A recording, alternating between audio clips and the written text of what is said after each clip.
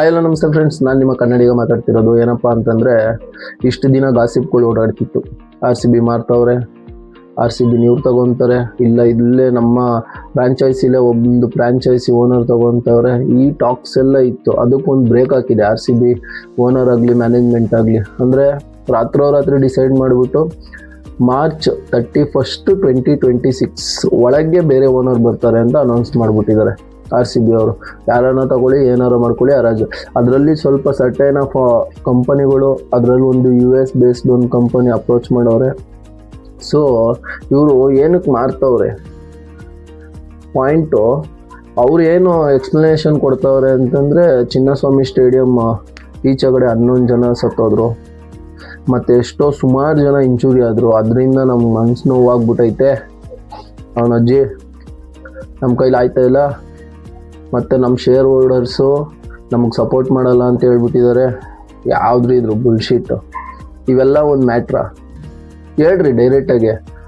ಈಗ ಕಪ್ ಹೊಡೆದ್ಬಿಟ್ಟವ್ರೆ, ಒಳ್ಳೆ ಹೈಪ್ ಐತೆ, ಒಳ್ಳೆ ದುಡ್ಡು ಮಾಡ್ಬೋದು. $2 ಬಿಲಿಯನ್ ನಾವು ಅವಲೇ ಕೋಟಿಂಗ್ ಮಾಡಿಬಿಟ್ಟಿದ್ದೀವಿ. ಹತ್ತತ್ರ ಇಂಡಿಯನ್ ರುಪೀಸಲ್ಲಿ 17,000 ಕೋಟಿ ಇಲ್ಲ 18,000 ಕೋಟಿ ಅಪ್ರಾಕ್ಸಿಮೇಟ್ಲಿ ಬರುತ್ತೆ. ಇದನ್ನ ಹೇಳಿ ಬಾಸ್. ಅದರಲ್ಲಿ ಒಂದು ಸ್ವಲ್ಪ ಕಂಪನಿ ಅಪ್ರೋಚ್ ಮಾಡಿದ್ದಾರೆ ನಮಗೆ. ಅಂದರೆ ಜಿಂದಾಲಿಂದ ಒಂದು ಕಂಪನಿ, US ಬೇಸ್ಡ್ ಜಿಂದಾಲಿಂದ ಒಂದು ಕಂಪನಿ, ಅಂದಾನಿ ಗ್ರೂಪ್ಸ್ ಅಂತ ಒಂದು, ಮತ್ತು ಇನ್ನೊಂದು JSW, ಮತ್ತು ಇನ್ನೊಂದು 2-3 ಕಂಪ್ನಿ ಇದು ಮಾಡಿದ್ದಾರೆ.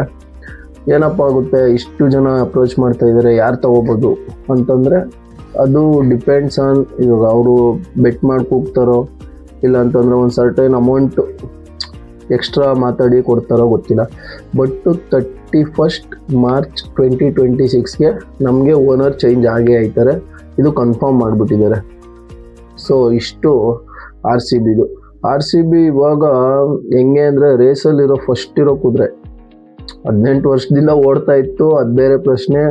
ಇಲ್ಲ ಬೇರೆ ಗ್ರೂಪು ಇಲ್ಲ ಬೇರೆ ಯಾವುದೋ ಓನರ್ ತಗೊತಾರೆ ಅಂತಂದರೆ RCB ಇನ್ನೂ ಟ್ಯಾಗ್ಲೈನ್ ಇಟ್ಟೇ ಇಡ್ತಾರೆ. ಟ್ಯಾಗ್ಲೈನ್ ಇರೋದು RCB ಅಂದ್ರೇ ಅದೊಂದು ಬ್ರ್ಯಾಂಡು.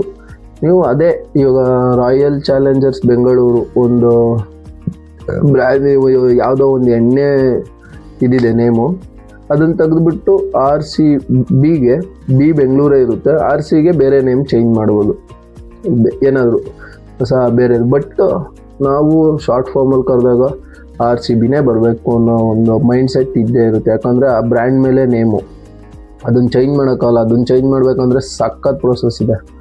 ಒಂದು ಫ್ರಾಂಚೈಸಿ ನೇಮ್ ಚೇಂಜ್ ಮಾಡಬೇಕು ಅಂದರೆ ಇಟ್ಸ್ ಟೇಕ್ ತುಂಬ ಟೈಮ್ ತಗೊಳುತ್ತೆ. ಸೊ ಅದೊಂದು ಮೈಂಡಲ್ಲಿರುತ್ತೆ.